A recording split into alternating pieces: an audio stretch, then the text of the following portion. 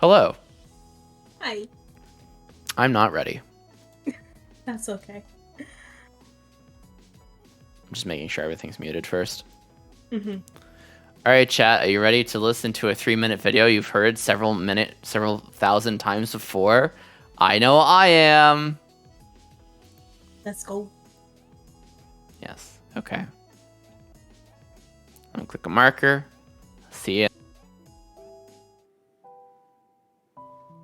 Hello there, everyone. My name is Waba, and what you're about to watch is Mental Health Monday. It's a podcast that I do every single week live on Twitch, link in the description below. We talk with 1 to 2 guests, sometimes 3, on a topic of the month, and purely I'm just asking them about their experience with this topic. Either they have personally gone through this or they have dealt with it in some manner in a personal way. The purpose of these talks is to bring education to others and to bring awareness to these issues, and that mental health is real, mental health matters, it's okay to not be okay, and more to the point, it's okay to talk about it, and it's okay to reach out for help.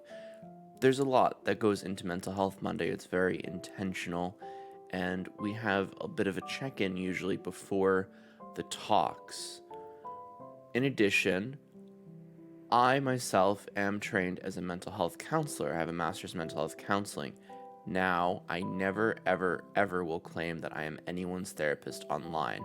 I'm a mental health advocate, and I will share resources to the day I die.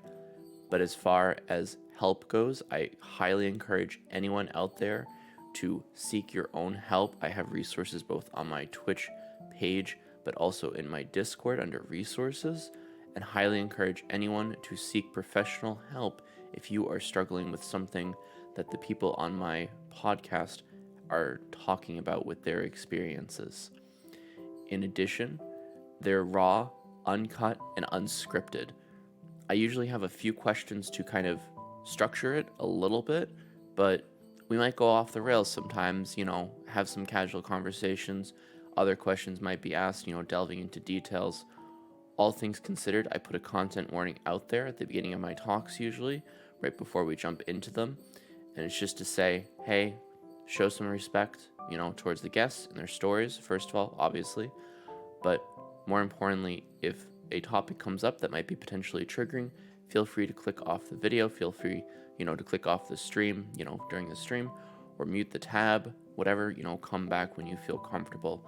I don't wish to trigger anyone, but I want these talks to be as unrestricted as possible so that folks can tell their story in their best words. Your discretion is advised, depending on the nature of the subject. So with that out of the way, I just want to welcome you into this video. Feel free to skip ahead as well. I'll put a timestamp in the description. And with that, enjoy Mental Health Monday and welcome into the Waba fam, your mental health talk place and queer safe space. Take care. I should really remake that. Because I am not going to put a timestamp. I don't have spoons for that shit. I feel that. I'll be like, oh, I'm gonna do all of this editing, and then no, nothing I ever None planned. of it happens. No, I just go in and I'm like, okay, that looks cool. Oh wait, no, that looks cool too. That's kind of how content creation works in general. It's, oh, that looks cool. Let me do that. Mm-hmm. Does it for a little bit. I'm bored. Time for something else. Yep. So welcome in. Hi, thanks for having me. Thanks for being here and talking with us. Yeah. Hello, YouTube. Yes, get your hi, YouTubes. Hi, YouTube. Hi, YouTube. Oh my God, I'm famous. Oh my God. Oh, all right. So we're talking about abuse and relationships and abuse and everything. Yeah, everything and beyond and more. And maybe I'll even ask you the titular question that I've been asking all those other people about, like, how has your mental health affected your content creation? Wow, could that have somehow affect your story of mental health and relationships? Potentially. Yeah, potentially. Yeah. Uh, Mental health and content creation is like a whole journey. Like Agreed. I'll have good days where I'm like I feel on top of the world. Like I'm at that point right now where I feel on top of the world. But like a week ago, I was in like this deep dark pit and I was like texting some of the people I've met on here and I'm like, help. I like help, please. And they were just like bashing it in my head like you're fine. But it's so many highs and so many lows. It's not even funny. I feel in a lot of ways, streaming definitely almost not almost does encourage having like really high highs. Mm-hmm. But then, of course, with that comes the really low lows, and no one likes to talk about that because they're all just like hype, hype, hype, hype, hype, hype, hype, Mm-hmm. Yeah, and no one I talks can't. about the fallout in the fall. Yeah, like that's one big thing that no one ever talks about. And like I've thankfully found a community that like they actually do talk about it and I'm so happy to be a part of it cuz they're like I was talking with them the other day and I was like guys I'm nervous for this thing cuz we have this big like event planned but I'm like I'm nervous and everybody was like dude we're nervous too like this is so like you're not alone and I'm like thank god I'm not alone. It's very nice to not feel alone. Mm-hmm. That's Yeah. what we try to do. Yeah. But yeah, I've definitely expressed before that like definitely I've gotten better with it. I think I've kind of grown a bit in the way Mm-hmm. of like mitigating that like complete drop off that happens after stream. Mm-hmm. Because especially if like chat interaction is like really high, I feel like really hyped up about that. Because it's like, Mm-hmm. ooh, I get to talk to people. Yep. Um, so coming down from that is like, wow, now I feel depressed because no one's talking to me. Like, why isn't anyone Yeah. talking to me? Everyone hates me clearly. Yeah. I can't tell you how many times I text somebody, I'm like, you don't hate me, do you? And they're like, are you stupid? No, I don't hate you. You're I'm fine. not stupid, but my brain is. Right. I'm like, but okay, but hear me out. Just Hear me out listen. though. What if you did hate me? Right. It's like, what if you just stopped talking to me for like a day and then I just think I did something wrong? Because I've definitely had that. I've had that where like I go from talking to people every single day and then like a week will go by and we haven't spoken and I'm like, did I make them mad? Same. Literally same though. Oh, it's the worst. It is. It's It is awful. so bad. And then like I feel needy for having to like have that validation. Right? Same, because I'm just like, ugh, I bother them every day as it is. They're probably Mm-hmm. really busy with stuff, and like, oh, I don't wanna message them because like, oh, what if they like see my message in a weird way, and they're like, oh, I hate everything, Yeah. and yeah. Yeah. Yeah. It's a fucking bitch. Yes, correct. How do we deal with it though? I tried to so I actually talked about this like on social media. I had somebody give me really good advice and they were like, what would that person gain like out of not liking you? Like why keep you around if they don't like you? What would they gain from that? Oh, whoa. It it like That's kind of makes scary. no sense. Right. And I'm just like it clicked in my head. I'm just like that makes sense. Like, why would they waste their time keeping me around if they didn't like me? And I'm just like, I feel like my, this could go a bad way though, because paranoia brain. yeah, paranoia brain is bad. But I like, I was vulnerable on social media about it. I was like, I literally once or twice a day think all of my friends hate me and they feel sorry for me and that's why they keep me around. And so many people were like, stop. We love you. Stop. You're fine. We're not keeping you around. Just because. You know what's so stupid about that thing, though, about that thought, that brainworm thought, is that if they did hate you, that'd be so much easier to process. Yeah. That's like the other end of it. It's like... It's just like, oh, you hate me? Okay, great. So I don't have to waste my time feeling emotional about you anymore. Right. It's like, oh, okay, cool. You hate me? Like, all right, deuces. Like, oh God, it sucks. I hate our brains sometimes. I really do. It's like, why can't you just work normally? Just work. So what are we talking about today? Relationships. Yeah, good old relationships and abuse. Gotta love it. Also true, Maki. Like, would it be as over as quick as like, okay, great, they hate me? No, it probably might go in the direction of like, but why do they hate me? What did I do? Time to go through everything. Like, analyze everything you said over like the last 6 months because you go down that rabbit hole. Yeah. So in conclusion, you're fucked either way. Yeah. Sincerely, though, what are some affirmations that you've told yourself that have helped you like get through that? I like the main one is why like your friends are not wasting their time by talking to you. Like that, I keep repeating that in my head. Like, your friends are talking to you because they find you valuable. Yeah, like your friends want to talk to you. Your friends like you. You know, I have to like keep repeating that in my head every single day. And I think it stems from like, I expect me from people, and I can't do that because not everyone's gonna act like me. Some people can get by without talking for 3-4 months and they're fine and you're okay, you're still friends. But like in my head, I'm like, I need that validation, but I can't expect that from everybody because not everybody is like that.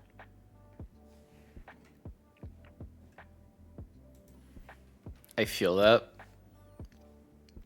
because like you want people to treat you the way that you treat people and value the friendship and the relationship as much as you do. But it's just not possible. And it's not viable either with every relationship, you know? Yeah. And it's not like, you know, people quote unquote get tired of you. It's just that like people have lives as well. You know? Yeah, like with me, I get really bad anxiety if I don't respond to a message. Like if I see a message, I have to respond to it immediately. Same. In my head, I can't let it go unread. And I have to keep telling myself that some people, they see a message, they get busy, they'll respond to it when they get the chance. You can't expect them to drop what they're doing to answer you. Right. So it's a big mind fuck, and it's hard to like balance those scales. But I do the best I can. It definitely is a mind fuck because you're just like, because at a certain point, you know, it's kind of like, well, am I expecting too much of people? And like maybe your brain tries to trick you to say like, well, you're expecting this because you obviously think yourself better than everyone else. And then you go into a loop cycle of like, no, I am worse than everyone else. Yeah. They're just busy and I'm too much. And we go back to the loop of, you know, I'm too much and I'm not doing enough and this, that, and the other. Yeah. Where's the madness end? I couldn't tell you. I wish I had an answer for that. Here I am at 28 years old and the madness has not ended yet. I mean, I'm 28 too. The madness hasn't ended yet either. Yeah. Oh. It's shitty. Yeah. Leo raises a point as well, because that's just like the way I think, is that I'm expecting people to communicate back by default, and then when they don't, I feel like it's on me. when Yeah. 99% of the time it's not on me, it's on them. Mm-hmm. Yeah, like we had a situation yesterday where I talked to my mods and I was just so distraught about it. Mm-hmm.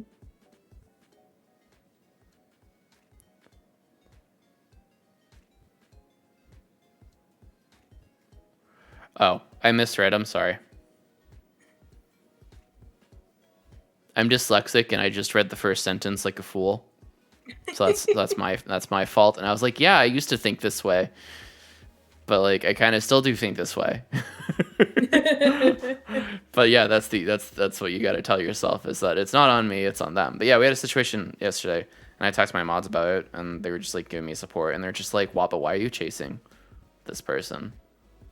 Mm-hmm. And I'm like, ooh, that's a really good challenge. Yeah. Like I appreciate that. Like Waba of yesterday would be like, fuck you, I'm not chasing them. Mm-hmm. But no, seriously, like I do chase people. Yeah. Because I don't know, I guess it's an inequality of like how much I value other people's time compared Mm-hmm. to do people value my time and what I'm doing here and stuff, you know? Yeah. Yeah, no, that makes sense. What kind of relationships have you been through? So, thankfully, I have not been through that many, but the ones that I have been with the exception of my current relationship, they've been shitty. Like, Yeah. and it stems from like most of my relationship and abuse experience comes more from like familial relationships, and that like extended into romantic relationships where like the abuse from that stemmed into my self-worth, and I didn't accept what I should have accepted. Like I was accepting below the bare minimum, and I let people mistreat me and walk all over me. And it wasn't until I actually started dating my husband, and he like beat it into my head that I deserved so much more than what I was given.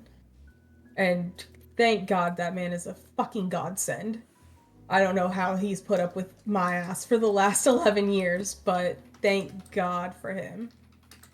Because if it weren't for him, I'd be back where, I was when I was 16, and like traveling into a very, very bad situation.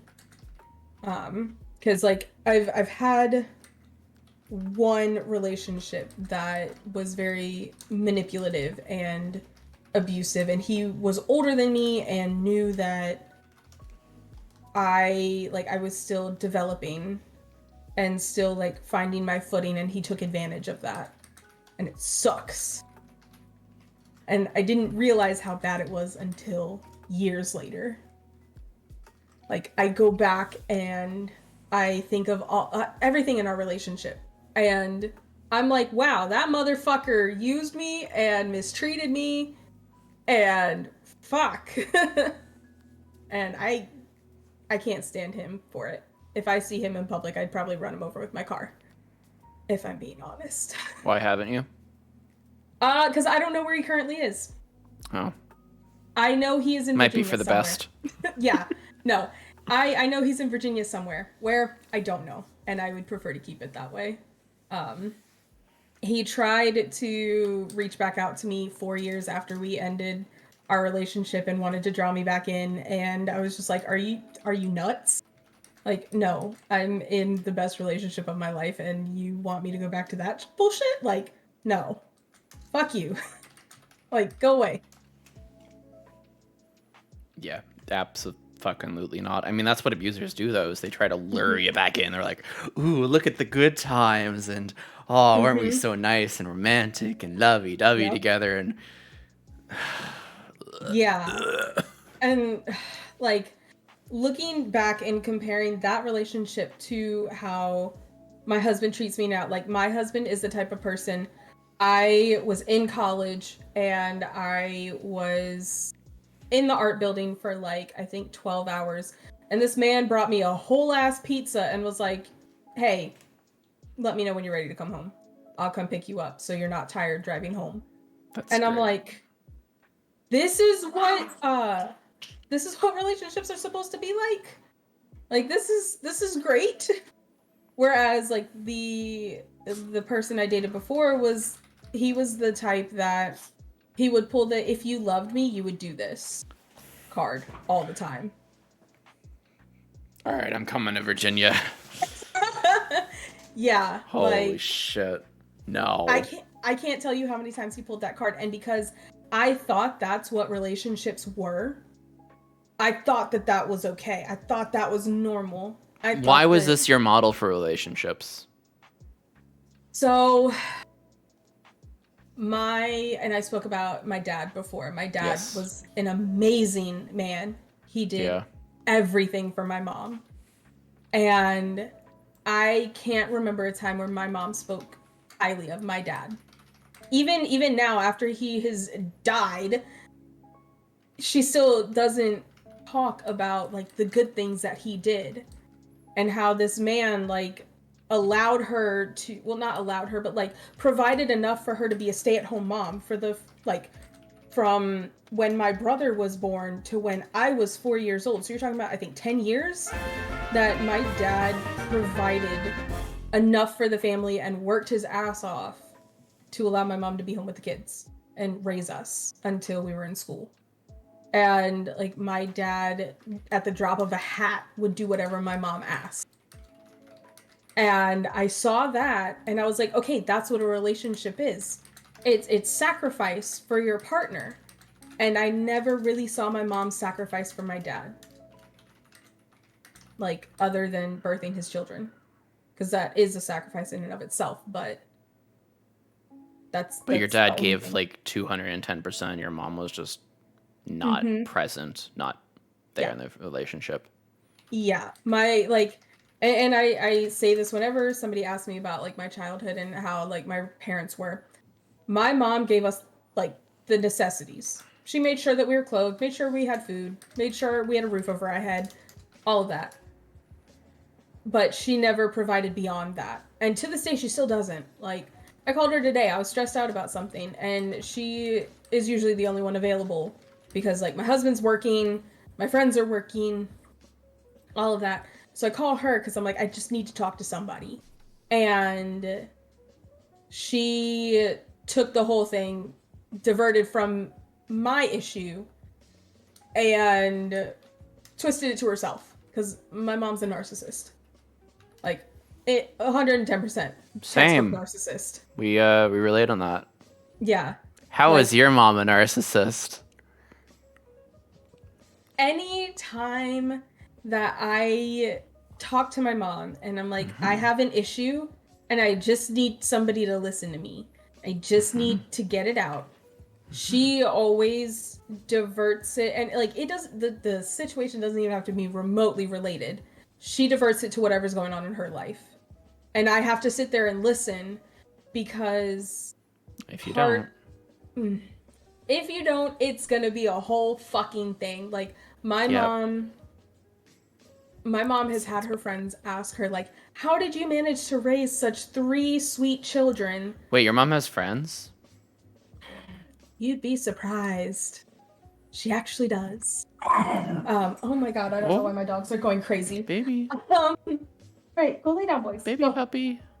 Yeah, the puppers. It's okay. They're going crazy. It happens every night around this time. They sleep all day and then like 8-9 o'clock hits, they just go insane. But no, so like my mom's friends will ask her, like, how did you manage to raise such 3 sweet, obedient children? And it's like, because our mother threatened to kick our asses if we didn't do exactly what she fucking said. My mom expected us to be robot and follow every little thing that she said. And if we didn't, like, literally, I remember there was one time I made a joke. Like, I don't even remember what the joke was. I just remember I was joking around with her. And she literally, in 2 seconds, choke slammed me up against a wall because she Holy didn't appreciate the joke. shit. Yeah. Yeah. That's the shit that I went through. And like my brothers had it so much worse. My brothers got beat way more than I did. And like my mom towards me, she was never, that was the only physical occurrence, but with my mom it was emotional and it was manipulative because she knew like I had my dad's attention. I had my dad's approval. My dad thought the world of me. But my mom, I like wanted her approval so bad that I would just sit there and take it. And I would try to like shape myself around what she wanted me to be. And then as soon as I realized like I am my own fucking person, she lost it. She hated it. She hated that I had an opinion. She hated it that I was forming my own thoughts that weren't in line with hers. Same. Like, I literally last week, I called her, like, I was a little frustrated because... Oh, you still talk to her? Yeah, I do. Because there's still that, like, small part of me that is still thriving for her attention. And I think it also stems from the fact that she's my only living parent. I think if my dad were still around, I probably wouldn't talk to her that much. I think we talked about that as well last time, Mm-hmm. where I was like, I think the only reason you talk to her is because that connection to your dad. Yeah, that's literally it. That, like, I don't talk to my brothers, really. I might talk to my brothers once in a blue moon, but my dad, like, my mom is the closest thing to my dad that I have. So I still talk to her, unfortunately, and like I don't know how to sever that connection because I want that validation. I could spitball ideas at you. I know one day it's honestly the way that I see it is that it's probably gonna happen after I have kids, and she's gonna say something that's gonna trigger my like maternal instinct, and I'm just gonna snap. And I'm gonna she's be like, probably no, gonna take you. over your kids. Honestly, yeah, she's probably gonna try to rule your something, probably. rule your birthing, rule your hospital visits. Yeah, because she already tried that like with my wedding. Like I'm sure she tried Makes taking sense. over my wedding because she was paying for part of it. Yep. And I never asked her to pay for any of it. Yep. I was totally okay with paying for everything on my own. And this is why I cut my mom off, because she started talking about that shit. And I was like, I don't want your money. Yeah. Well, she's like, well, I'm going to pay for it anyway. And you got to do this. You got to do that. And you got to do this. I'm like, yeah. What my mom would do is I would be like, she would ask me about the wedding. And I'd be like, oh, like I'm thinking of doing this, but I need to go check prices. And then she would go buy them. And I'm like, oh, okay. And now you feel like the asshole for saying no. Yep. And then like she did that with my wedding cake. She made my wedding cake, which I am thankful for because it was cheaper than what, it would cost at a bakery, but she guilt tripped me. Because I was like, I had the bakery picked out. I was gonna go like schedule an appointment and everything. And she's like, oh, well, I was thinking of making your wedding cake.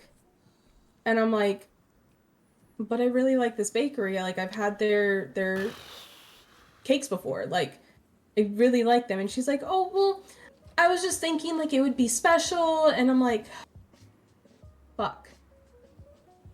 Like the woman knows how to pull at my heartstrings. And I'm like, I hate this. Like, why can't I just be an asshole and be like, no, fuck you. Fuck all of your shit. Go away. As someone who is an asshole to their own mother constantly, it didn't help. She still found ways to worm her way into my life and to make it all about herself.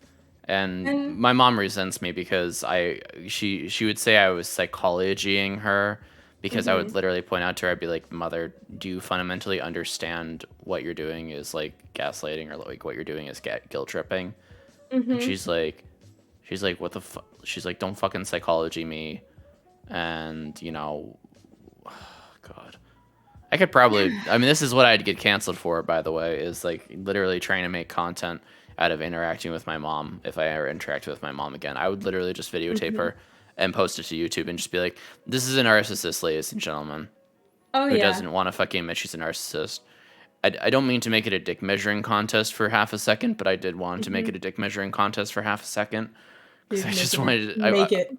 I wanted like how bad of a narcissist is my mom? Mm-hmm. My mom's a bigger narcissist than your mom.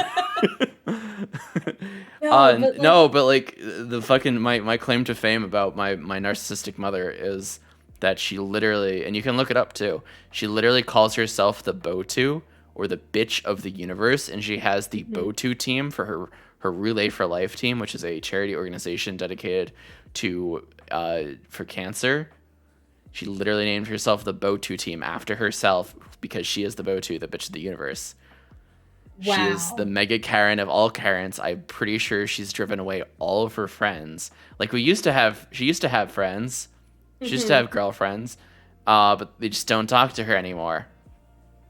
Yeah. Yeah, don't No, my, psychology me equals don't call me out for my shitty behavior. Literally. yeah. Literally. Yeah, like my mom's immediate reaction whenever I try to like explain a different viewpoint from her, if it's not something that she understands, she goes, "Okay, fine, we could just agree to disagree." And I'm like, "Okay, but no, you're not listening to me." Like I called her last week cuz I was a little frustrated. Hmm. My best friend, like we had made plans and then she canceled that day, and then I made plans with someone else cuz I was really excited to do something. And then my best friend texted me again and she was like, "Well, you could come over later if you wanted." So I was a little frustrated at that, and I called my mom and I just wanted to vent, and she more or less told me that like my best friend should expect her like should or I should expect my best friend to drop everything to hang out with me if she made plans. And I'm like, no, but shit happens. Like, I'm not about to tell my best friend to drop everything that she's doing because she was moving, and she mentioned something about her grandpa being in the hospital or something, and she had to go to like back home the next day. So I was like, she has shit going on in her life. Like, people are allowed to have things going on. And my mom was like, but that you've been best friends with her for 2 years. And I'm like, okay. So? Like, I was best friends with somebody for 20 years. And if they turned around and told me that I needed to drop everything for them, I'd be like, fuck you. No. Like, that's not how life works. You don't get to be the center of attention. And my mom could not understand that at all. She can't empathize. Yeah. Unless it's about her. Mm-hmm. And I hate it. Yep. I It's the worst. They're talking about the inner child in chat right now, and I kind of want to talk about it as well. Mm-hmm. Because yeah, it is really hard to break that familiar bond. I know that's something you're struggling with. Mm-hmm. But like, for myself, I had to tell, little scared Henry crying in the corner that mom abandoned you. Like, mom left you at the soccer game.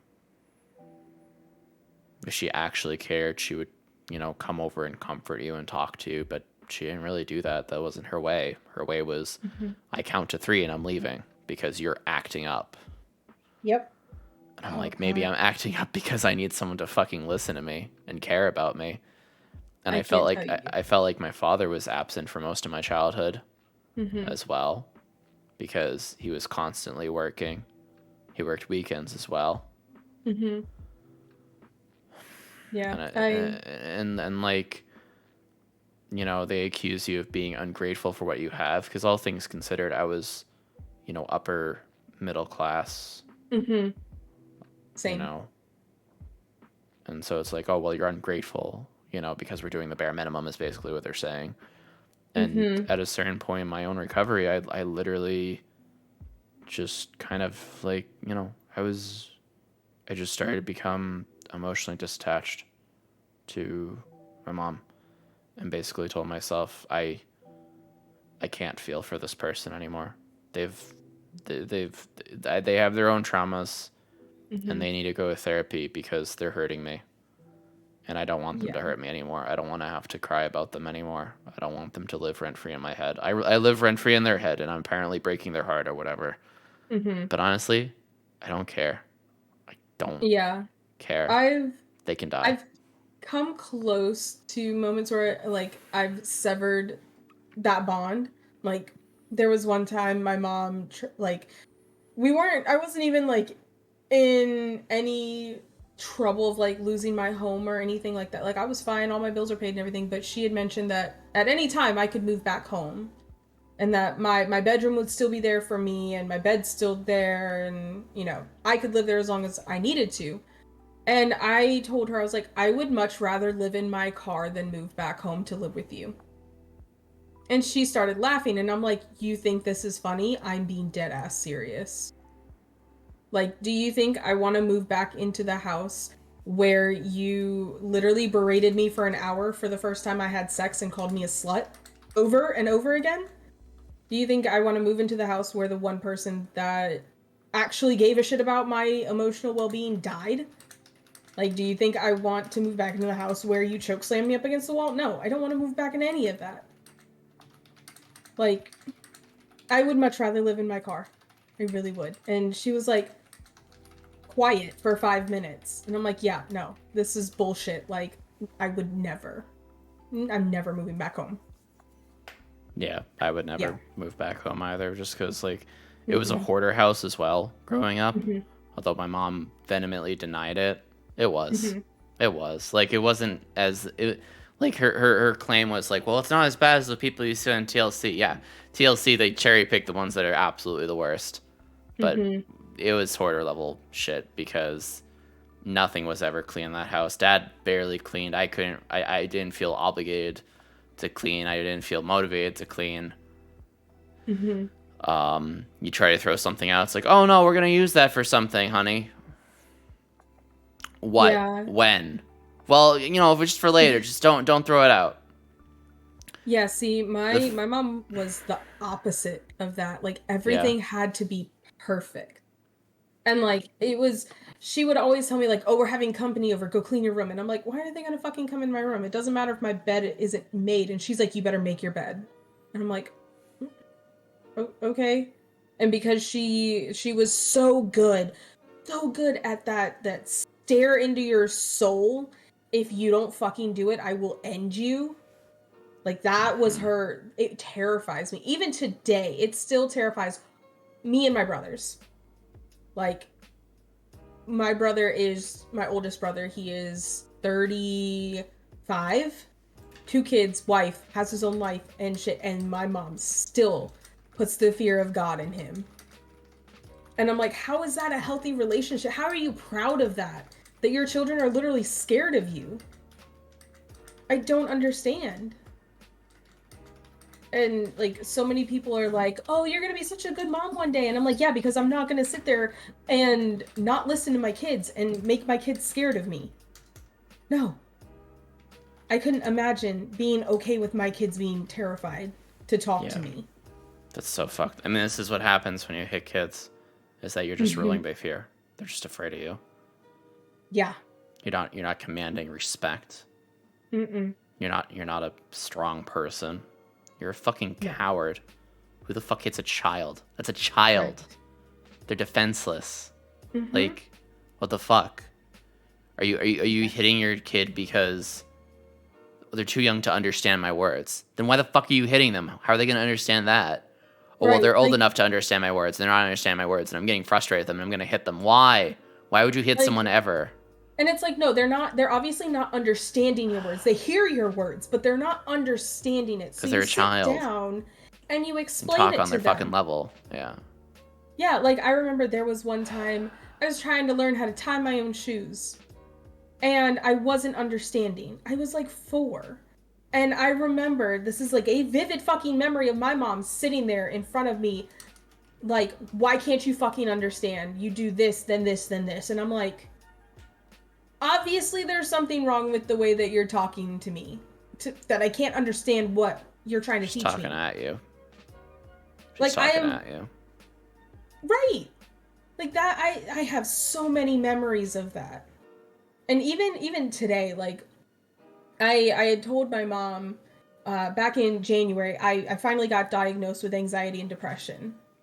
And I told my mom That's awesome. because Congrats. Thank you. I've been on Wellbutrin for the last 3 months, Oh so my god, I'm so it's proud of you. I hope it. How's it been for you? it's been fantastic. Like That's I notice a awesome. difference when Right. I don't take my meds versus when I do take them. Yeah, definitely. Wellbutrin is a And great one. Discuss with your doctor. oh, it's so good. It It is. is Hi. so good. I need a hug. Okay. Frankie just came in. Can I Um, take a couple of moments, yes. please? Real Absolutely. quick. Absolutely. Take what you need. Um, real quick. Stonehaven Games, thank you for being here. Thank you for coming in. I know I already read it and responded in chat. I've been getting really good at responding in chat while listening. It's so good. Multitasking.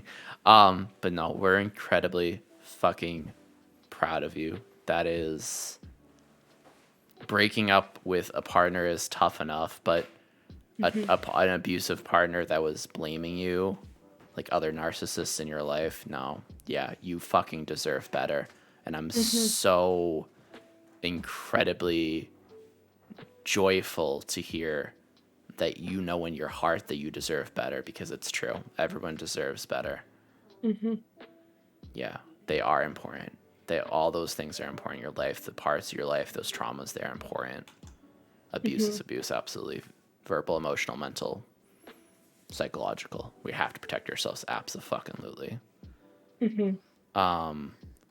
Maki, as well to you. I'm really proud of how far you've come, because I know you have been up here and talked on your story before. And, don't shame the inner child. And I know the inner child wants to reach out for hugs from mommy, but now instead of mommy you have daddy. Poor joke. Hi. That's too far.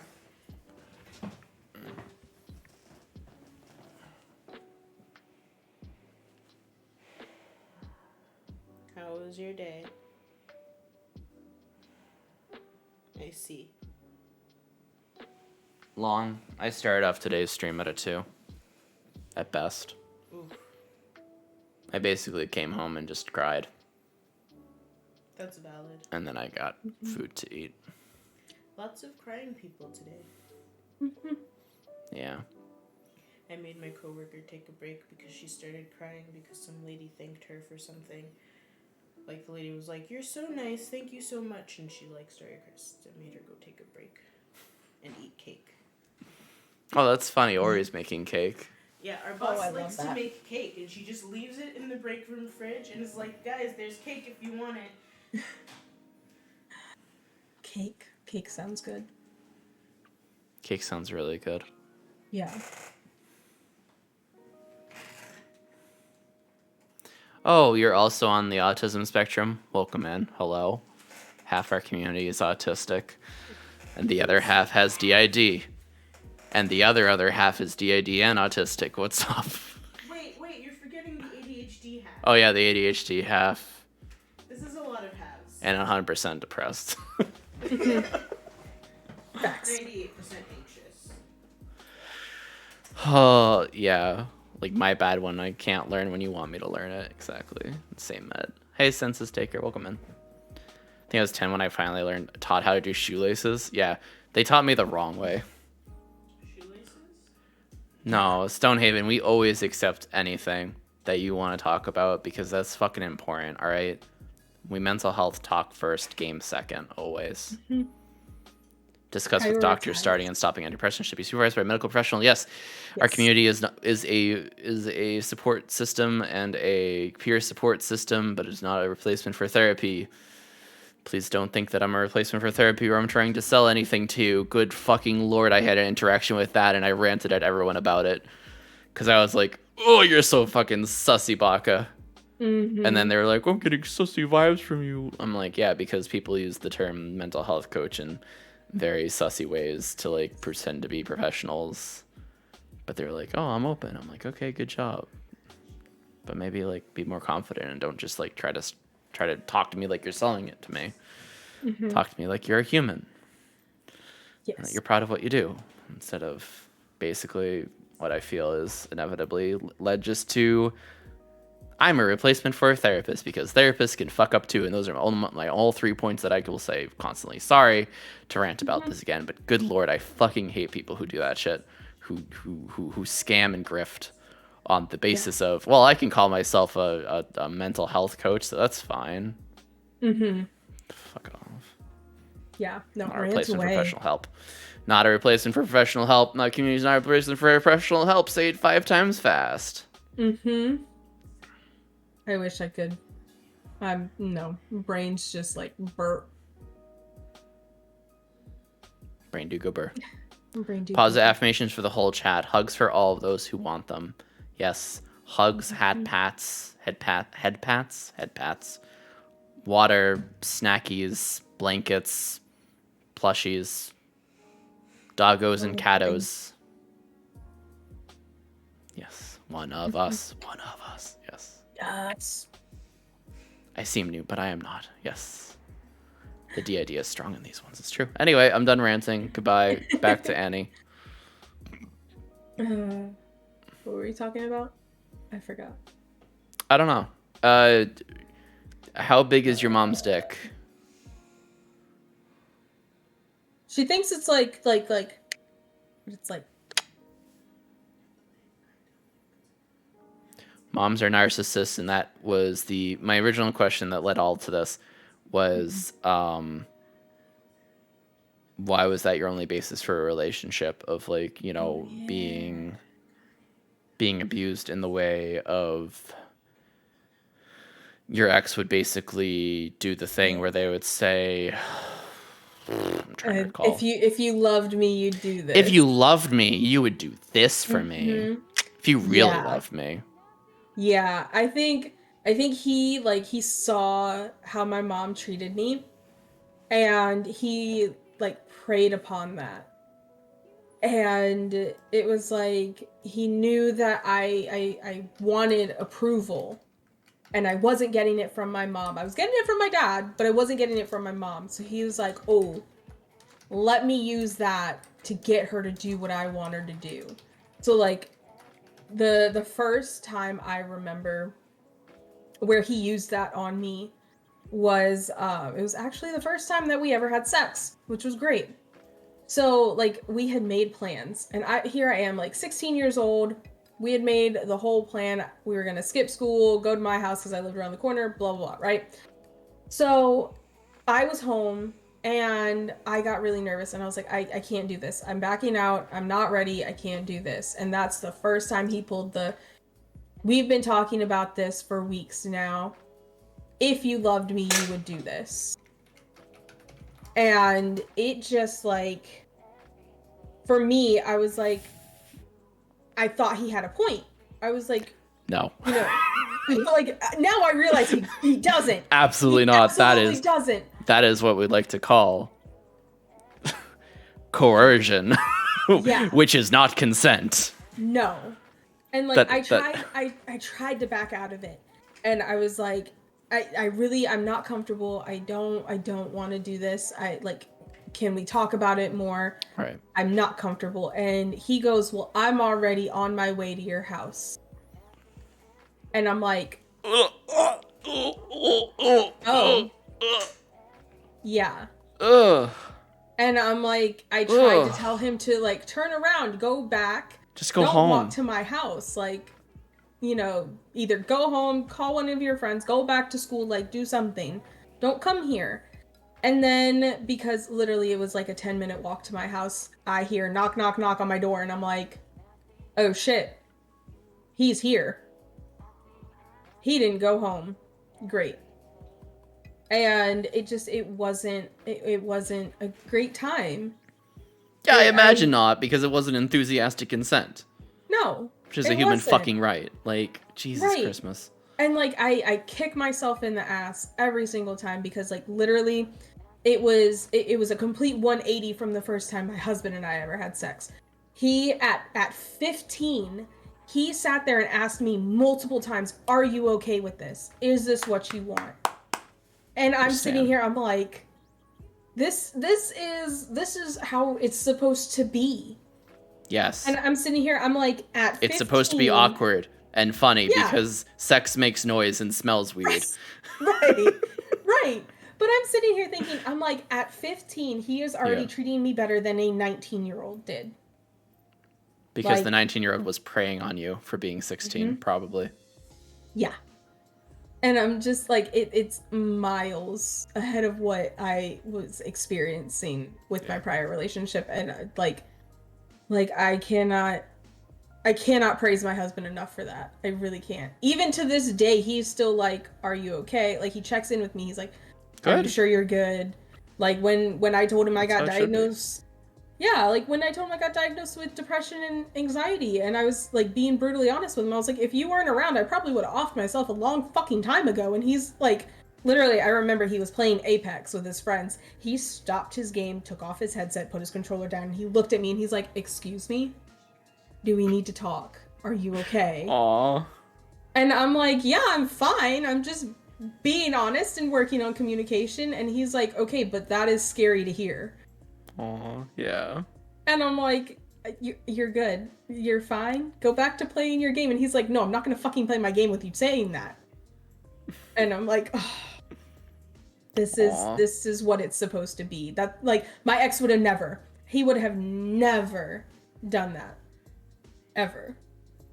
And like, this is so wholesome. Your husband's so wholesome. We fucking stand. Literally, like, my husband is a goddamn angel. Literally an angel. Like, he is literally, like, this is kind of weird to form, but like the way that my dad was with my mom, that's the way my husband is with me. But I make sure not to be the way that my mom was to my dad. Like, I could call my husband right now and I'm like, hey, can you stop and get me food on the way home? And he would be like, okay, where do you want me to go? What do you want? Tell me. I'll get you whatever you want. And I'm like, okay. But past relationships, like, they would have been like, go get it your fucking self. Or, no, I'm too busy.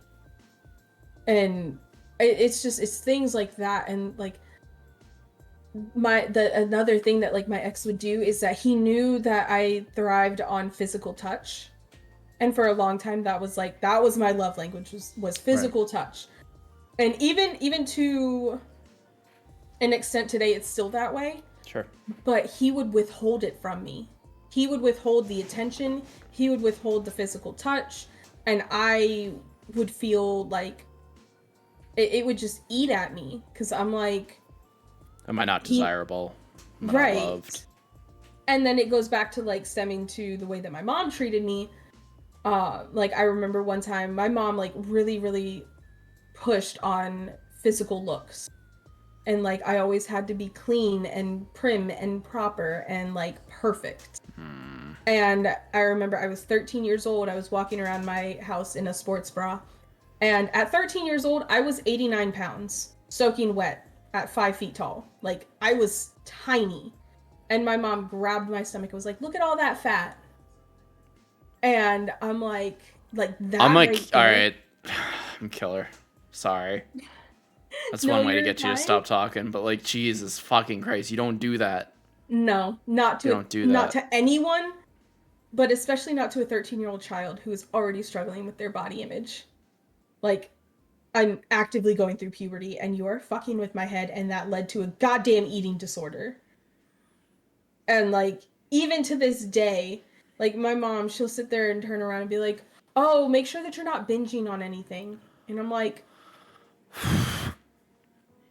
Annie, cut it off. I'm trying so hard. Why? Why are you trying to keep this connection? The one thing that I know she would do if I cut her off, she'd show up at my fucking doorstep. Call the police. I'm serious. I know you're serious. I know. And, like, it's something that, like, I consider all the time. Like, I struggle. It's like, it's two halves of my brain. On one hand, I'm like, why the fuck do you keep this connection? Why the fuck do you keep this toxicity around? But then on the other hand, it's like, but that's your mom. And then the two clash, and it's like, no, just because she's your mom doesn't mean that you need to, like, cater to her. But then it's like, but that's your mom. And it's just, it's, my brain is fighting itself. And it sucks. But like, I just think of all of the things that she has done in the past to me. And I keep telling myself, I'm like, okay, you're not in that house anymore. You're not in that environment anymore. You have control over your life now. Like, you have complete and total control. You are fine. You are safe. Your husband would never, absolutely never. And you're gonna be fine. And like, I just, thankfully, I don't see her as much as I used to. Like, it used to be that she would come down once every few weeks and she would stay with me and it would be a whole fucking thing. Now I'm lucky to see her once every few months, and I'm okay with that distancing, and it's just getting more and more and more distant. Like, I'm the type of person, I slowly back away. I slowly cut things out because, like, for me, an abrupt, like, you have to do some really, like, shisty shit. Like, the last time I just abruptly cut somebody out of my life was because they called my husband their little brown boy. And I said, fuck no. Absolutely Racist. not. Racist. Yeah. I have not spoken to them in 2 years. Good. And I abruptly cut them out of my life because I was like, you are not talking to my husband that way. Absolutely not. I will end your life. So, I'm slowly distancing myself. And I'll get there. I'll get there one day. But it's going to be a slow process for me. I know it, because it's going to break my heart to do it. And I'm not prepared for that. But yeah. Gotta love childhood trauma and abuse. This is fucking great. Don't we just love it? Talk about it all the time. Such Right? fond memories. Mm-hmm. Yeah. I have like 7 different threads in my head that I want to touch on real quick. Go right ahead. So just a reminder, we are doing a charity today. Very relevant charity for the WAV Crisis Center that helps survivors of sexualized violence. They help folks with advocacy, going with them to doctors, provide free counseling, free 24/7 phone services, ! Get support, ! Charity, ! Wava W. And Char is with us here in chat. She's been here in our chat with us. She's our representative for this charity this week.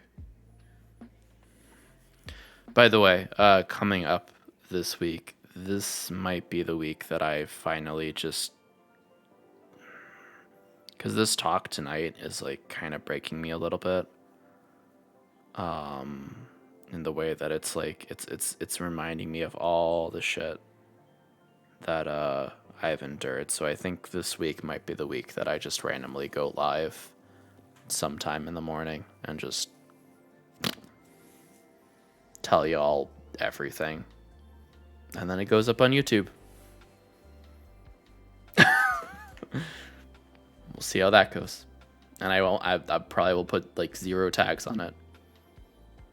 And that'll be the video that goes viral. So, you know. Probably, we'll yeah. Probably. That's how it works usually. That's how that works. Just like the one I don't want to go viral goes viral. Mm-hmm.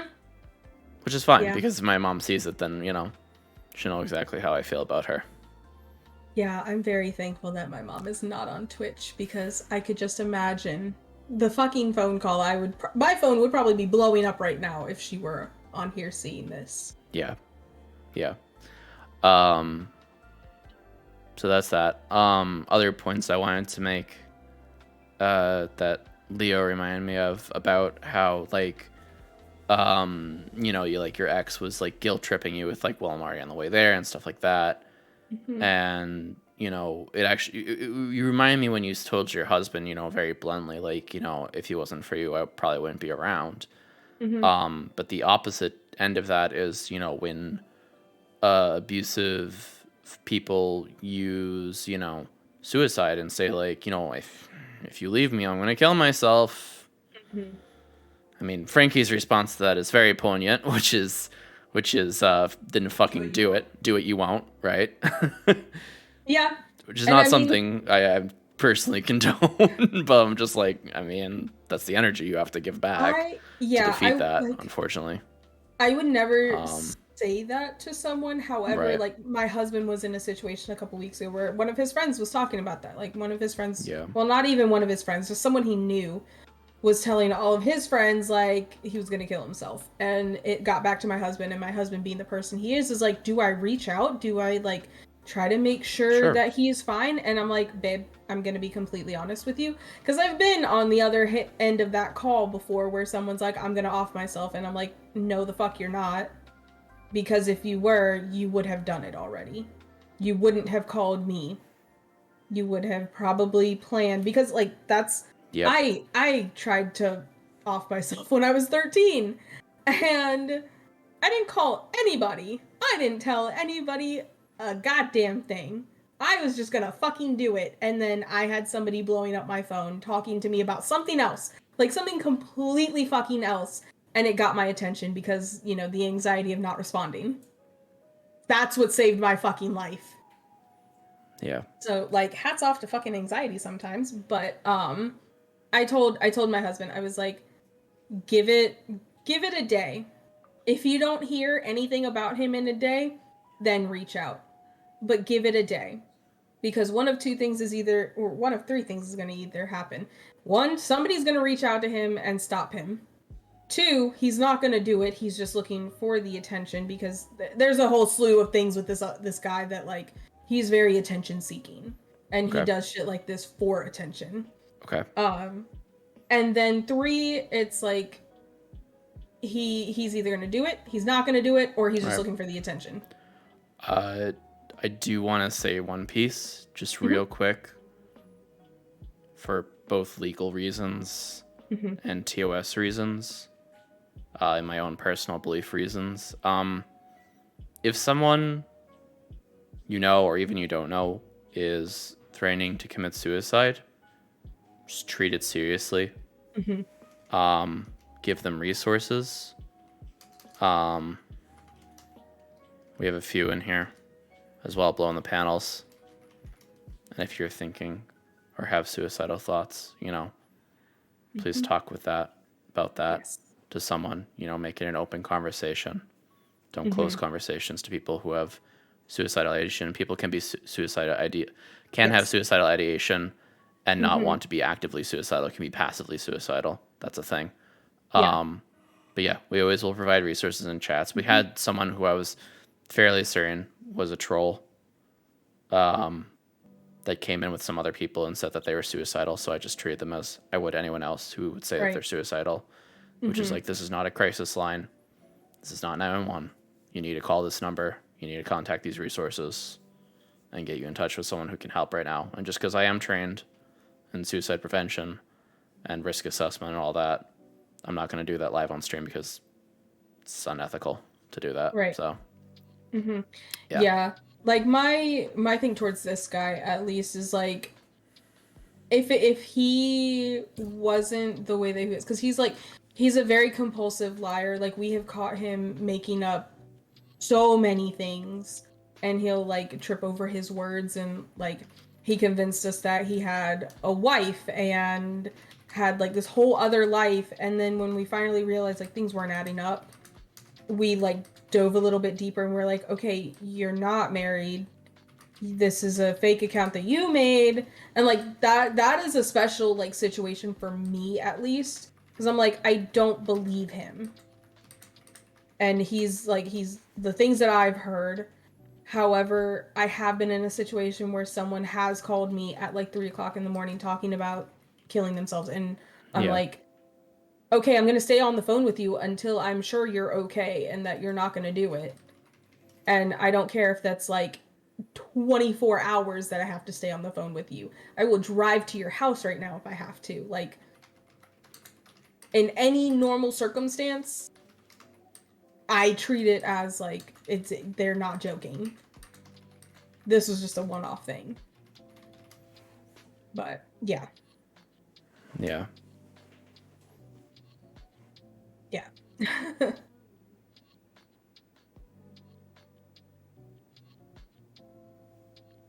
Sorry, I'm catching up with chat as well.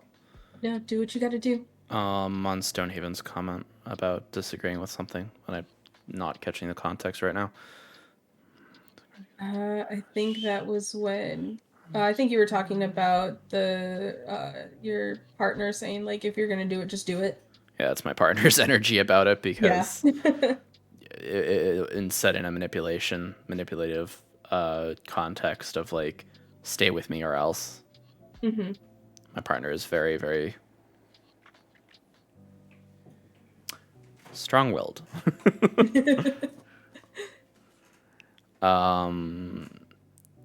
Like the Snark's comment gave me feel like a piece of shit last stream. I hope I have just seeing the person say, "Of course I care about you," and would be sad, but people are manipulative and you have to set boundaries. Yes, always set boundaries. Very important. Mm-hmm. Very important. Anxiety saved my life literally because I started while talking to someone. They asked how I was, and I told them, and they went, "Why? No, please." And even called the police. I was in the city to get help. I hated them for a while, but I'm very thankful at the same time. Yeah. Especially just kind of screw you. Yeah. Mm-hmm. I've used the suicide hotline a few times now, and it's been helpful every single time. And I'm really I'm incredibly just, I don't have the word for it.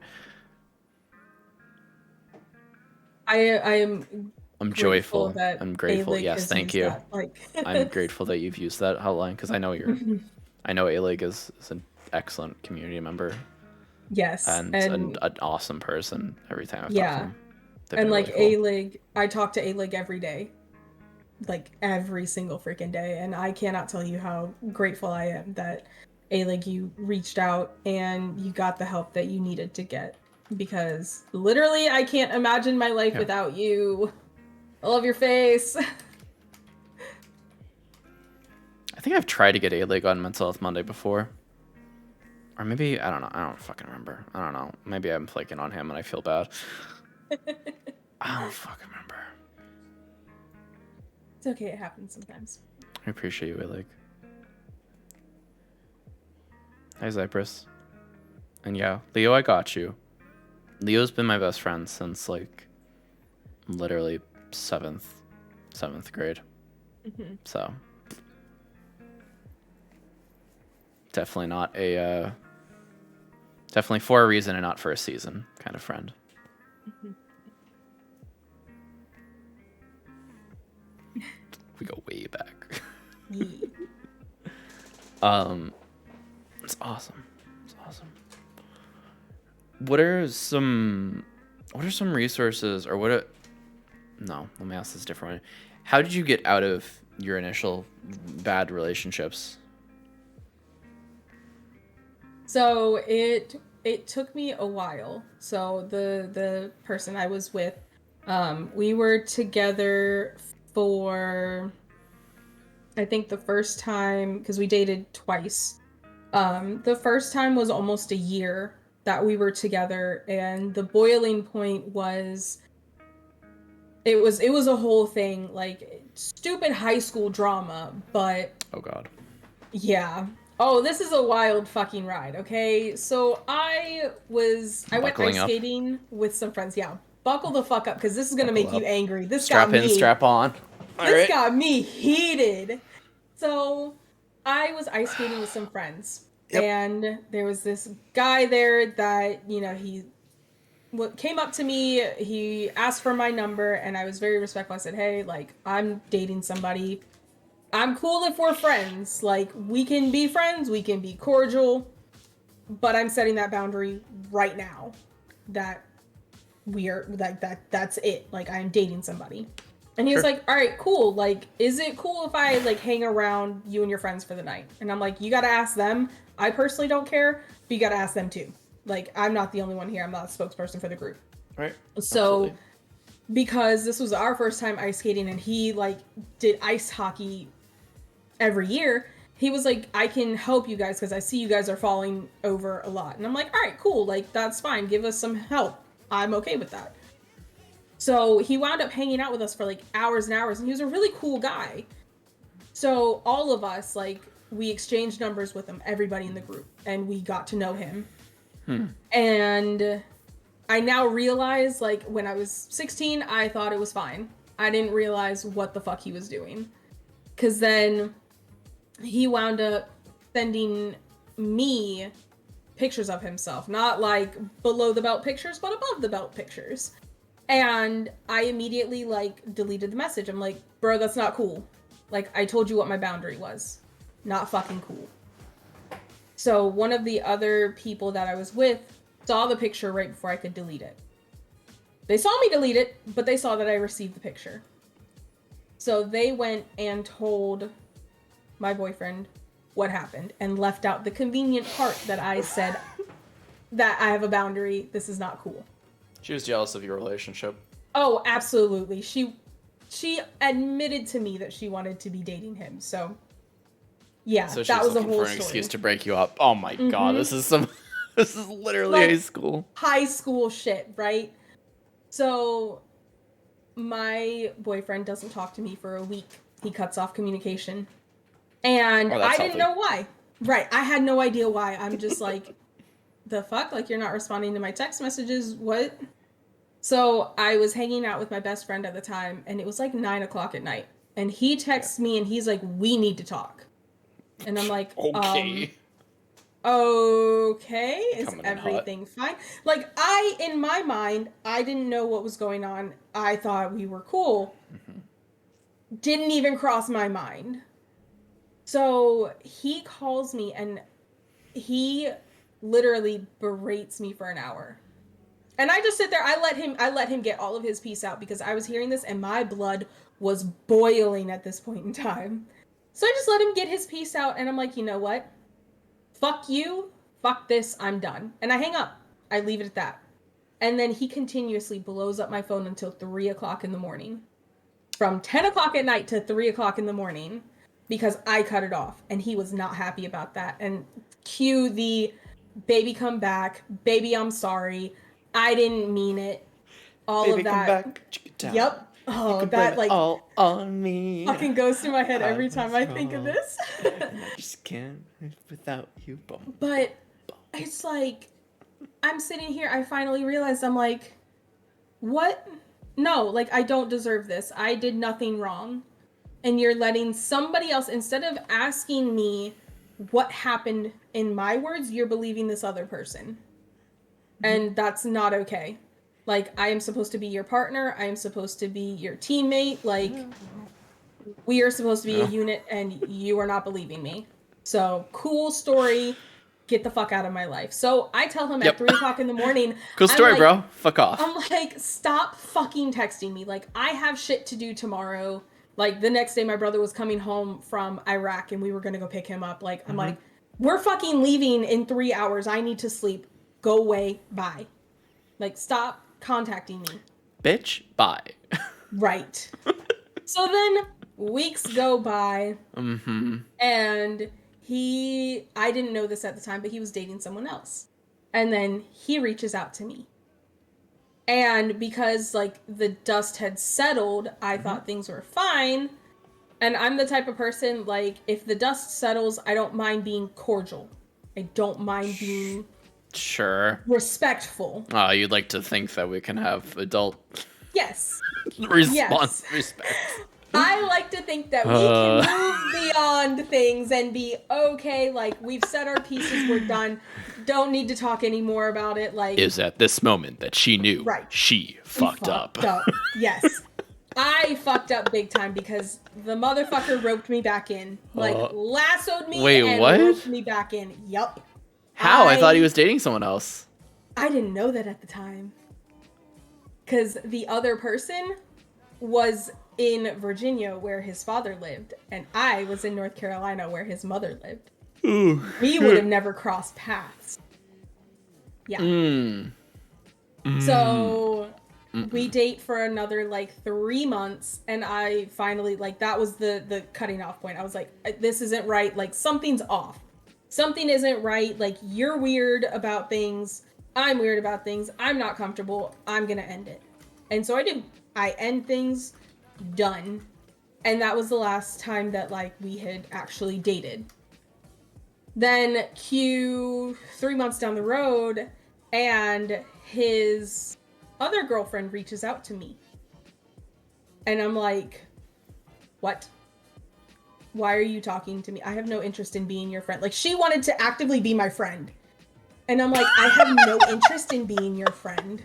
Like, Be I'm not my friend. like, you might be a sweet girl. I Right. don't know you, I but I don't have know. no interest in being your friend. And she's like, well, I don't like, know you. That's my That's purse. King of the Hill for like fucking weeks. Oh my god.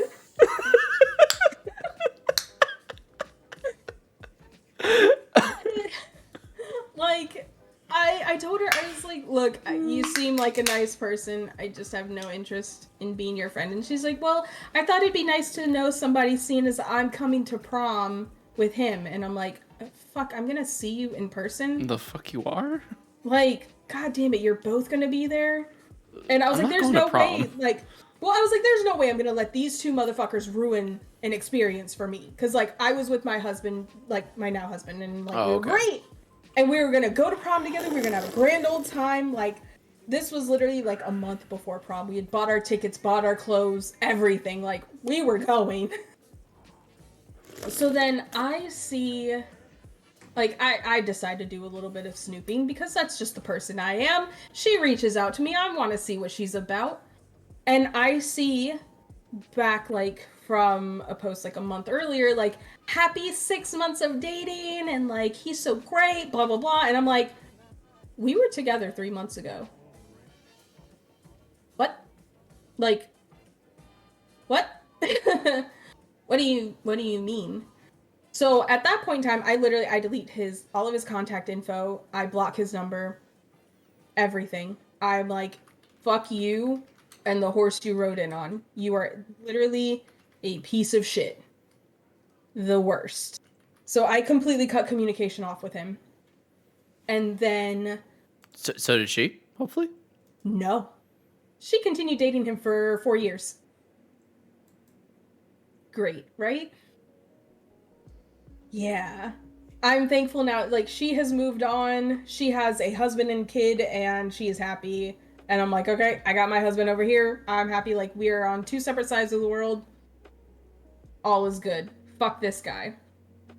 So then after I cut communication off with him, about 4 or 5 months later, I get another text message from a different number. And they're asking for somebody's address. And I'm like, who is this? Why do you have my number, and why are you asking for my friend's address? And then he says it's him. And I'm like, fuck you. Delete my number out of your phone. Forget that you ever had my number. Literally. Like, delete it. And he goes, I don't understand why you have to be such a bitch. And I'm like, I don't understand why you're such a fucking asshole. I'm telling you to delete my number now before I block this number, and I wound up blocking it anyways, but I'm like, stop. Don't contact me. Like, if you want my friend's address so bad, fucking ask her. Why are you asking me? And then 2 weeks later, the fucker had the audacity to text me from his friend's phone asking, or no, it's his mom's phone, asking me to pick him up and bring him to school. And I'm like, you live half an hour away. Why am I going to drive half an hour to your house, pick you up, take you to school when I don't have to be in school? Like, I was exempt from my exams. I had the day off. I could stay home. And I told him again, I was like, why do you keep contacting me? Like, leave me alone. I am done with you. Like, we have been broken up for 8 months now. Like, why are you still at this? Fuck off. And I was like, can you just please, like, I am asking you nicely, stop it. Leave me alone. Don't contact me again. Deadass. Like, don't. Just and don't. He was like, well, I'm just asking for help. And I'm like, I don't care. I'm not the one to ask for help. You have done nothing for me. Like, you don't have a hold over me anymore. I am done with you. And after that, we hadn't spoken. Good. Until about... Until 6 years ago? 4 years. 4 years after we broke up. Okay? Bro, what? He apparently, because like the way that Snapchat works, if you had someone's number, they still pop up as like someone that's in your contacts. So I get a random fucking message on Snapchat one day. I am like moved out of my parents' house. I am living with my husband. Like, I am in college. I am thriving. Like, fucking thriving. And We love that. I get a message from him. And I'm like, bro, what? I would just delete. I'm Block, like, it's man. been 4 fucking years. Well, at first, like, I didn't know who it was because I just saw, like, the username. I didn't know who it was. So I respond and I'm like, who is this? Like, obviously it's somebody I know because you have my number. Because it says, like, you know, added from contacts. And I'm like, you know, maybe it's a friend that, like, they got a new phone and transferred their data over. And I don't know. I don't fucking know. So I'm like, who is this? And then he says his name. And I'm like, Nope. what the fuck? And then he starts, like, he keeps asking, he's like, so how often do you go back home? And I'm like, bro, what? And then he's like, well, I come back and see my mom. Like, I'm literally one word response. I'm like, what? Are you stupid? What? Why are you talking to me? I told you leave me alone. Like, why? So then he's like, well, I'd really love to see you. What? I'm like, I would just ban him, block him. I should have. I really should have. But then my husband's sitting next to me and he's like, I want to see what this fucker has to say. Like, he's like, I want to see how That's far fair. this goes That's before fair. I need to interject. Because my husband's also the type of person, like, he's very wholesome. But when it comes to me, if you keep pressing, like, he will take the phone out of my hands and he'll start talking to whoever. Because he's done it before. And I just sit there and I'm like, have at it. Like, speak of the devil, he's home. He's home. Do we get to meet him? I don't know. He might. He'll probably pop in and say hi. But...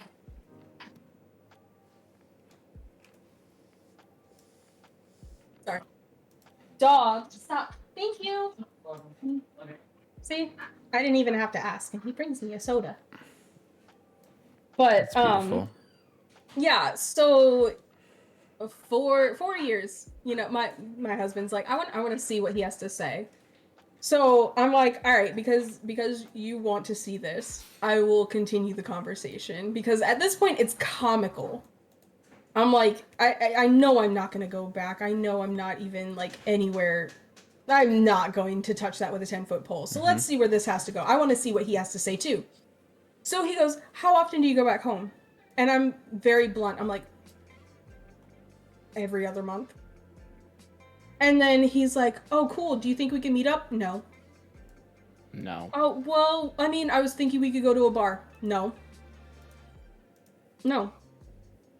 And then he's like, well, why not? And I'm like, love you. I don't think This is great. that my husband would like that. And then he had the audacity, he goes, well, he can come with us. Bro, what? Huh? What? Huh? And I'm like, okay, like, at the time, we were just dating. We weren't married. But, like, I was 21, he was 19. And I'm like, my husband is, or, like, you know, he's underage. He wouldn't even be let into a bar. No. Like, that's not happening. And then, get this, he fucking goes, well, I could ask for his permission to take you out to a bar. What?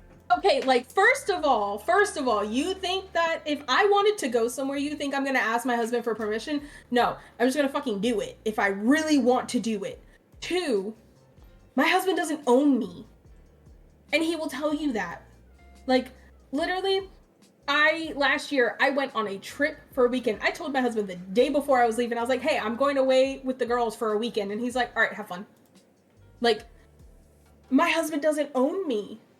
What makes you think that you can ask his permission? And I literally, at that point in time, I'm like, are you stupid? No. Like, I have told you no twice now. Do I have to say it in another language? No. Say it in Spanish. No. Right? Like, how many languages do you want me to look up? I will look up all of them and I will say it until something fucking sticks. Like, no. I don't understand how you think that this is gonna work. And then that was the end of it. I am not the one. I am not the one, though. I am not. Because, like, by this time, I have, like, recognized that he was a narcissist. I have recognized that this was a cycle of abuse that I was in. And I'm like, I am never going back to that. Ever. I know what the signs are. And you think that I'm just going to fall back into it? Do you still think that you have some hold over me? No, I am not the 16-year-old girl that you used to date. I am now 21 years old in my own right, like, my own womanhood. I am powerful. Fuck you. Dead ass. Fuck off. Fuck you. Like, no. And then, the, like, real kicker, this is when I finally, like, blocked him on everything. He asked me a month later. He was like, how far is this city from your city? A month later? Oh my god. A month later. He's and obsessed. I'm like, I am, like, too far for you. Too far for you. Good for you. Too far. And granted, it was only like an hour away, but I'm like, too far. Because it's like, if you really wanted to know how far that city was from my city, you would have looked it up. Yeah. Like, you have a phone.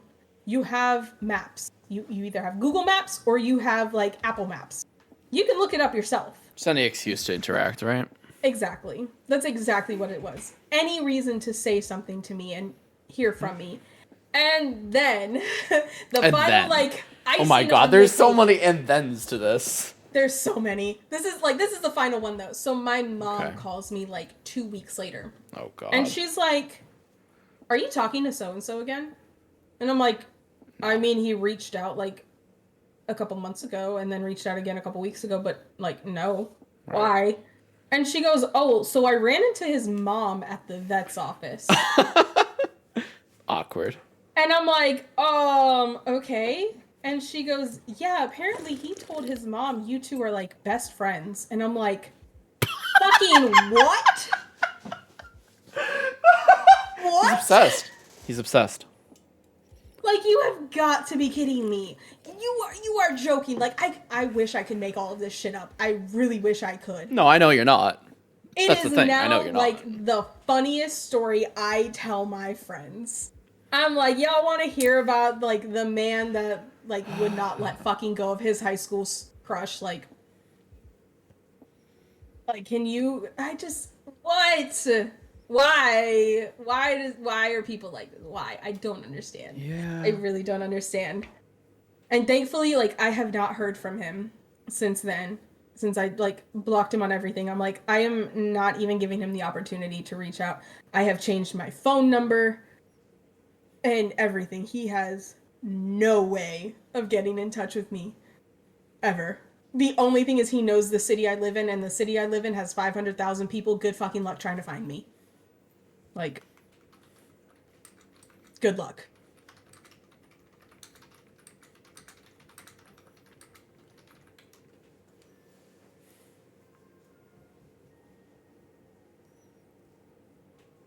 What a fucking story. Yeah. I agree with Stonehaven, though. Just any little bit of attention. And Cypress before was saying negative attention, still attention. You know? Yeah. Yeah. Whoa. What's happening? Hello? Hey! Hello? That's a double raid. Oh my god. Let's go. Hello? Let's go. Hello? Thank you so much for the raids. Rain Birds and Moy Dala. Thank you so much for the raids. Welcome in, raiders, to the mental health talk place and queer safe space. I hope you're doing well, and I hope you're taking care of yourself out there. Hi, welcome in. This is Mental Health Monday. I host these Mental Health Monday interviews every single Monday on various very important topics with folks with real experiences of various things. This month's topic is abuse in relationships. I'm talking with AnimagusArts tonight. We are also doing a charity stream for the WAV Crisis Center that helps support. We are hashtag streaming for survivors. They help support survivors of sexualized violence in various ways, including their 24/7 crisis text line and call line. They have free counseling as well as group counseling. They will accompany survivors to their doctor's appointments and advocate fiercely for them and educate. And just, they're super awesome, based in Canada, and they're a very worthy cause. Please consider donating. Just $35 is 1 hour of that absolutely free crisis support line. Thank you as well to the new followers, Carl X, Will Dunn, Rainbirds, and Seahorse Helicopter. I love those names. Welcome into the Waba fam. Welcome in. Hi. Hi. How did you find me as well? I didn't panic for those raids, but now I'm panicking. Hello, Mr. Bengals and Moy Dala. Thank you for the follows as well. Hey there, Lord of Llamas. Welcome in. Thanks for coming in the raid. Darth Carter, welcome in the raid. Hey, Janapanep, I think. Seahorse Helicopter, how's it going? Welcome in.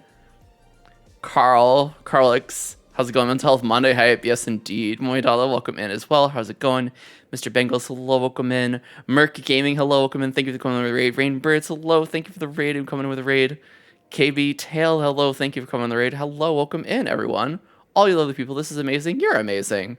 We are mental health enthusiasts too. We are both doing Mental Health Monday podcast. Really appreciate you guys. Good thing we discovered you. Oh my goodness, that's amazing. Do you know these people? No. Oh my god, this is actually amazing. Hi. This is the Mental Health Talk Place and Queer Safe Space, and we talk mental health first and do variety gaming second, and we're just like a cozy peer support system here. Not a replacement of professional help. We always push people to, become their best selves and find that help that they need, and we can always talk about any mental health stuff. Vents allowed, all that good stuff, mindfulness, whatnot. I'm a trained mental health counselor, unlicensed, but no one's therapist, but always your fiercest advocate online. So welcome the heck in. Holy shit. Hi. I'm like this right now. I'm not normally, but like, oh my gosh. Darth Cater, thank you for the follow as well. Merc Gaming, thank you for the follow. Lord of Llamas, yes, thank you for the follow. Yes. Oh, Moy, that sounds amazing. Holy shit. Oh my god, quick. Hold on, let me hit you with a follow back, Moy, because you sound heckin' amazing. Holy crap. Oh my gosh. Hi. Hello. Your title is very fitting, Waba. Thank you. Nadine is fine. Thank you so much for correcting me. I love all these emotes. On a side note, I love Pokemon too. Hell yeah. Raybirds has been doing Mental Health Mondays for a while, and I joined him today. That's amazing. Yes, we do Mental Health Mondays all the time, so it's awesome to find more people to do Mental Health Mondays. I did not mean to open it in that window. Fuck me. Rainbirds, where you at? Chat so I can click it, and then I can click it in my actual browser. There you are. Sniping that follow. Let's Hell go. yeah. Oh my god. I want to always meet more mental health peeps. Mm-hmm. I'm big on collaboration and not competition, especially when it comes to mental health stuff. I feel like in the streamer space, competition is one of those things where it's like everyone feels like they need to compete against each other. In the mental health space, I think we should completely delete that expectation, delete that meta. We should be more about collaboration and growing our safe spaces and our open talk spaces together, And obviously I try not to use the word safe space anymore because, it's an open talk space. So that means if people do get triggered, it might happen because of topics that come up. You are free to go and come and go through the chat as needed. And I always provide content warning as well, because this is a very, very trigger warning, trigger friendly kind of conversation here. So it's very important to have it. Rain and Dahlia just finished up the mental health podcast. Keep rolling with it. Thank you. You sound amazing. Thank you. I appreciate it. Thank you all. Welcome in. If you have any questions as well, we have a thing here. So if you type Q and a question here, I can then pop it up, or my mods can pop it up if I had mods on computer right now, but it's okay. But I can pop it up in our little Q&A thing. So if you have any questions for Animagus or for our next guest, that is coming up in 20 minutes, I can pop it up right there. So yeah, but yes, all the things I do a lot. We do a lot of variety, and I'll go through my whole rigmarole in 20 minutes. But actually, hold on real quick. Just so you know the vibe here. Yeah, do what you gotta do. Only on Twitch. That should say it all. That should say it all. All right, that should just say it all. And we do all these things. Cool. Look at them. Yay. D&D and Stardew and Sims and Mario Odyssey and Final Fantasy, but always Mental Health Monday. Oh, Stream Raiders is ready. Oops. Sorry, Stream Raiders. No one yelled at me about you. It's fine. Charizard or Pikachu? Neither. Wobbuffet. Oh. But if I had to choose, we'll say Charizard. Yeah, I gotta go Charizard. I always pick Charmander Welcome as home, my Jeffrey. starter. Jeffrey, do I need to yell at you to go the fuck to sleep, sir? Yes. Probably. Anyway, hi, Animagus. What were we in the middle of Hi. saying or talking about? Oh yeah, the your roller asshole. coaster Your story. your asshole of an ex-boyfriend that. Good lord, you Oh, lived God. rent free in their head for so many fucking years. I really did. Holy shit. Like, They were oh my obsessed. God. Y'all, Straight up. Raiders, you guys missed a hell of a story. But Here's the highlight reel. The highlight reel is too long didn't read. the TLDR. This Yeah. fucker. This motherfucker. How do you too even long TLDR didn't this? Read. It was dated for a year, broke up because he heard some shit and didn't want to listen to my side, blew up my phone for 3-4 hours until like 3 o'clock in the morning, and then wound up dating again shortly after that, and then broke up again, and then 4 years later hits me up while I'm dating my current partner, my husband, and is asking for permission from my husband to take me out. 4 years later, and then tells his mom that we are best friends, and then my mom and his mom run into each other, and my mom calls me panic, and she's like, what? Are you really friends with him? And I'm like, absolutely fucking not. And that led to me blocking him on all platforms.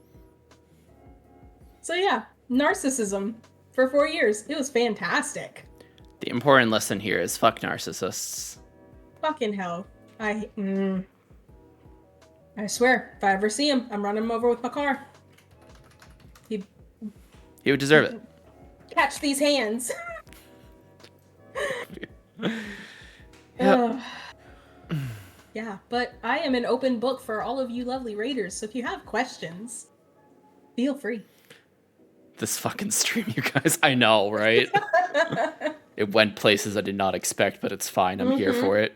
Here for it. Hit all of the feels today, man. But yes. Yeah. How do I identify what narcissist is? Genuinely great question, actually. Oh, yes. Yes. Okay. So Waba tips, let's go. How to identify a narcissist? A narcissist, it's rough because red flags look like green flags, right? Because there's overt, yes, absolutely. There's overt and covert narcissists in how they operate, right? I think, you know, you'd like to think that you could even identify like the overt type-ish stuff, but not even necessarily, because the overt stuff can look like, you know, they act really, really nice in front of all your friends, and they make themselves to be the friendliest, nicest person that they've ever met before. And they go super out of their way to make good appearances. But then behind closed doors, they treat you like absolute shit. They doubt you. They say shit like, you know, well, if you really love me, if you really cared about me, you know, they seem to make every conversation about themselves. Yes. And if you're the type who is very caring and just like, you know, you're like, oh, I'm sorry, you know, like I'm here for you, they will take fucking full advantage of that. Oh yeah. and you know, just dump on you constantly about how bad their life is and how, you know, messed it up it is, and they're just a poor little, you know, broken puppy or whatever the fuck ever, you know. And these aren't necessarily like narcissistic things. This is just things that narcissists do. Yeah, and like for me, it was noticing that I was putting myself behind their needs because they would sit there and say things like, if you loved me, you would do this. Or, what was another thing that was ever said to me? Things like, oh, well, it didn't happen like that. Or no, you're crazy. Like gaslighting is a big thing with them. Gaslighting is huge because I could go to the two people that I spoke about on this whole podcast, and Are you on my team or not? if Good. if I relayed my experience with them, they would have a completely different story, and it's all rainbows, butterflies, and no, they weren't that bad. But it's like, no, you were. You manipulated me, and you made me think that I needed to make you happy at the expense of my own happiness and my own protection. And yeah, no. That's not the way it should be. Never should a partner say, if you love me, you would do this. Never. Yeah. Narcissism looks a lot of different ways. It can be abusive, it can be controlling, it could be psychological, it could be emotional, it could be physical. There's a whole, hierarchy of building up to physical abuse. Like, and there's also the thing of, giving excuses to a narcissist as well. Of like, he only shook me, and like, it didn't bruise, and he only hit me 3 times today instead of 5, it's not so bad. Or Yeah. it's the, but they did this for me. Like, they bought me flowers this one day, or they got me a gift. Because that's Yeah. what I find the most, is that like Love bombing is what that's called. Yes. They will love bomb you. They will do something so nice for you, and it'll make you think that everything is fine and that their behavior is excused, but it's not. It's just not. I like this graphic often. Cycle of abuse.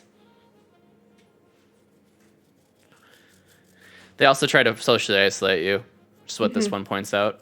Restrict control of resources, activities, punishment through anger or physical harm, and they act as nothing happened. And what are you talking about? Well, you really did deserve it because, you made me angry.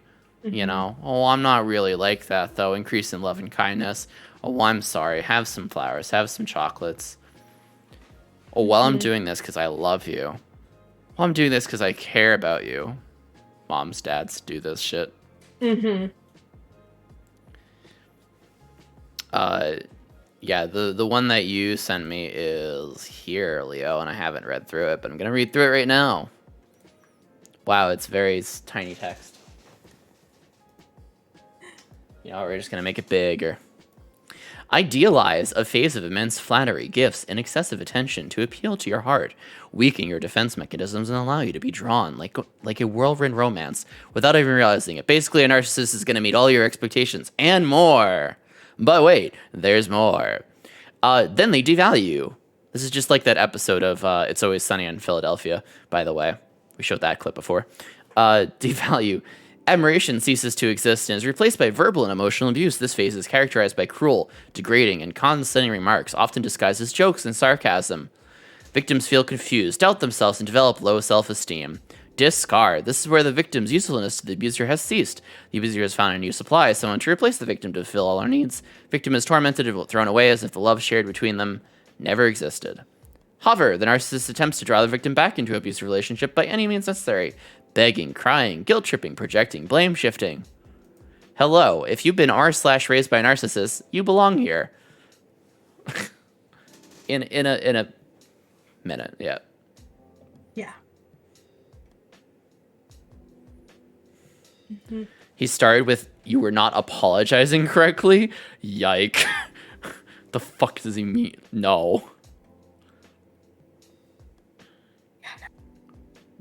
Yeah, another sign that you've been so focused on the relationship, you haven't been able to fix your community and stream because you're so focused. Oh my god, another sign. Yeah. And also, when you wear those pink tinted glasses, all red flags just look like flags. Yep. Blamed all their gaslighting and manipulating behavior on me. Yeah, obviously. You made me do this. Fuck all that shit. It's very difficult to deal with it. Struggle with my mom. Best thing is just cut off all access to yourself because there's still on. Yeah, they want your time and attention because they know how to drag you back in. Get the cycle over again. Hello, oh my god, I left that, but it didn't look so bad, right? Abusive ex would constantly give me gifts that he made. Like, he claimed he literally made me a fucking ring and that he learned metalworking and found gems in his dad's backyard. and has a mine in downtown Troy. What the fuck, Griffin? I call him the fuck out of shop because there's like a 7 ring size engraved into it. It was literally a ring from Claire's. My god. However, it doesn't always happen, but it often does and can take years sometimes before an attempt. I won. Let's go, Darth. You won. You won the... Oh, I'm sorry, though, because you said it sounded like your dad. He also tried to make me feel bad for not believing that he made that ring for me. Bro. Because it was an engagement ring. Even though I said no and he made me wear it, we were literally fucking 15. Yeah, no. And like after that relationship, like I started to notice like with other people. So like there was a period after I ended with that guy and started dating my husband that like I was kind of just playing the field a little bit, like seeing who's out there. And I specifically remember this one guy. He started to do the love bombing. Like we weren't even dating. We were just like exploring and talking. And he, like, I specifically remember my birthday was like a couple months later, and he's already like planning, I'm gonna buy you all of these gifts and start sending me links to these gifts. And I'm like, bro, we are not dating. Like, this is too much. Yeah. No, like I think he sent me like 10 different links to like rings and bracelets and shit. And I'm like, it made me go back into that mindset where like, love bomb, this is bad, nope, like, stay away, and I'm like, I can't put myself into that situation again where I'm like, no narcissism, I don't have time for it, I don't have patience, I don't have energy. That ass. Yeah. That ass, though. Mm-hmm.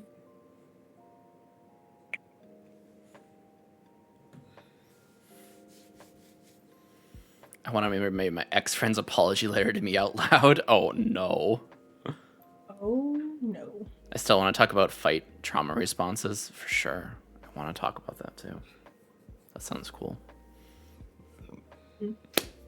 Animagus, we're coming to the end of our 2-hour segment here. Yes. And then I'm going to have Nobody Listens to Mori on. Mm-hmm.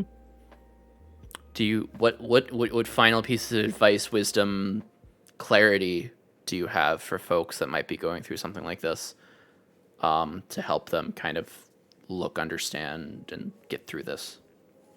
I want to say, like, first of all, I know it's difficult to cut that tie.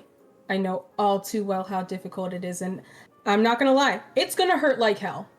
To cut that off, it's going to hurt, and you have to decide what's going to hurt more. Is cutting this person off going to hurt more, or is staying in this relationship going to hurt more? And I can tell you every single time, staying in that relationship is going to hurt more.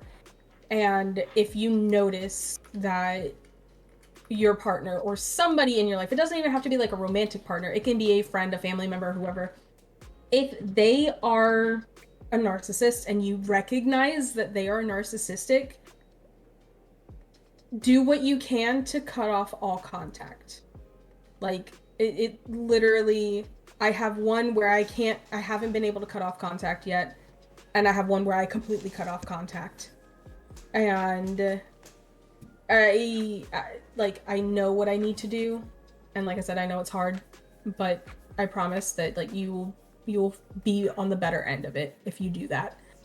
And one thing that I love to live by, I literally have it on a letterboard on my desk at work, is that even the darkest night, the sun will rise again.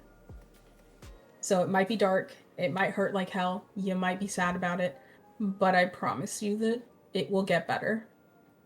And brighter things on the other side. So, yeah. That's my final piece of advice. Thanks for talking with us. Of course. Anytime. Literally anytime. It's very convenient now that we're both mods for Wiz, because I could just be like, right? Hey, Annie. Yeah, but literally, like, anytime you have a topic you want to talk about, Hell yeah. Just let me know. If I have experience with it, I'll be up here. I will rearrange my schedule to be up here. Oh, I appreciate you so immensely. Yeah, if I could help people out in recognizing things like this Hell and yeah. bettering their life, like, I will be forever happy if I can help Absolutely. just one person out. Absolutely. Yeah. If you're with the wrong person, you're not available to finally meet the right person. God, that's so fucking true, though. Yes. Yes. Yes. Okay. Bye.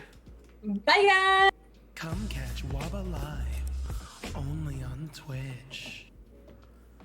All right. So hi, how's it going? How you doing? Everyone, take a breath. Little. I have a cat. This is Nero.